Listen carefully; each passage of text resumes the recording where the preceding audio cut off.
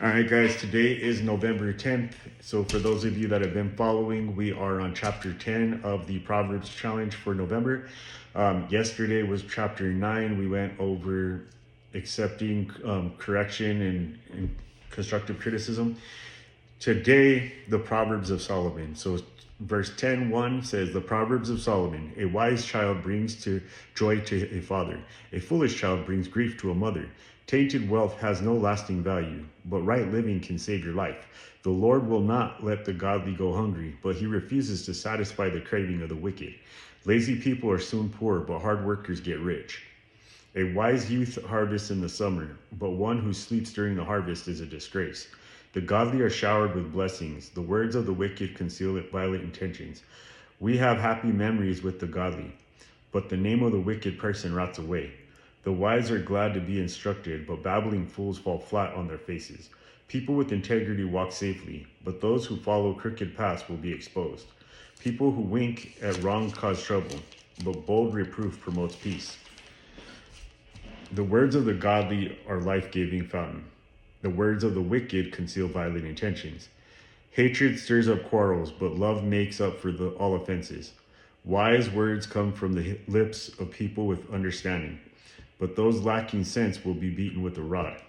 Wise people treasure knowledge, but the babbling of the fool invites disaster. The wealth of the rich is their fortress. The poverty of the poor is their destruction. The earnings of the godly enhance their lives, but evil people squander their money on sin. People who accept discipline are on the pathway to life, but those who ignore correction will go astray. Hiding hatred makes you a liar. Slandering others makes you a fool. Too much talk leads to sin, but be sensible and keep your mouth shut. The words of the godly are like sterling silver. The heart of a fool is worthless. The words of the godly encourage many, but fools are destroyed by their lack of common sense. The blessings of the Lord makes a person rich, and he adds no sorrow with it. Doing wrong is fun for a fool, but living wisely brings pleasure to the sensible. The fear of the wicked will be fulfilled. The hopes of the godly will be granted. When the storm of life comes, the wicked are whirled away, but the godly have lasting foundation. Lazy people irritate their employers like vinegar onto the teeth or smoke in the eyes. Fear of the Lord lengthens one's life, but the years of the wicked are cut short. The hopes of the godly result in happiness, but the expectations of the wicked come to nothing. The way of the Lord is a stronghold to those with integrity, but it destroys the wicked. The godly will never be disturbed, but the wicked will be removed from the land. The mouth of the godly person gives wise advice, but the tongue that deceives will be cut off. The lips of the godly speak helpful words, but the mouth of the wicked speaks perverse words. So if we look down at the study portion, the observation says the book of Proverbs consistently encourages readers to pay close attention to what, how, and when they speak. In Proverbs 10, Solomon offers several characteristics of godly person's speech. It is wise, self-controlled, encouraging, helpful, life-giving, and as valuable as sterling silver. So just like we talked about yesterday in chapter 9, the wise listen to correction. They take correction and they make the best of it, right? Where the fool or somebody unwise will get defensive or get discouraged or something with somebody just giving them constructive criticism. The same with here, a wise person listens and pays attention to what they say before they speak. A lot of people just speak without thinking and then they put their foot in their mouths. Where somebody that's truly wise will stop and listen for a second. You don't always have to immediately have a response. If somebody tells you something and you stop and think for a second before you respond, I can almost guarantee that response is going to be a lot better response, and it's going to show a lot better character and a lot more wisdom in you because you actually thought about what you said before you just blurted something out. A lot of times we listen to speak rather than to hear. And if you stop and you think about what somebody told you and truly understand what they said and then respond rather than listening to them to try to formulate a response before they're even done speaking, you're going to have a lot better conversations. You're going to learn a lot more, and you're just going to have better relationships.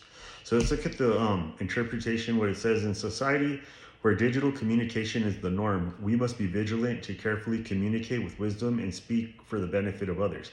Our speech should reflect a real concern for others, as well as discretion and self-control to avoid saying anything we might regret. As a fountain provides water that sustains life, we should use our words to give life to those who hear or read them. Right now, in today's day and age, I mean, I'm recording this on video right now. This video, regardless of how many people see it, it's going to be on the internet for the whole world to see for the rest of time. Everything you post online has that same thing. Anything you post about somebody, every time you say something, every time you speak, anytime you put something online, that is open for everybody to interpret how they want to interpret it. It's open for everybody to see what they think about you, or what your speech says about you yourself. So before you just go posting random things or posting in your feelings without truly thinking about what you're going to say, even sharing memes, sharing things, think about what reaction they're going to get from people, how that's going to make you look, not just right now when you're in your feelings, but down the road when you're going to get a job, when you're trying to impress somebody or do something, how you're going to want them to look at you. Because I know I've hired a lot of people, and one of the first things I typically do when I see a resume is I go to their social media and I see what type of character they have. So even if you say something in your emotions, that's going to show up to other people that might hurt you in the long run. So just think about what you say and just make sure that you're putting wise comments out into the earth.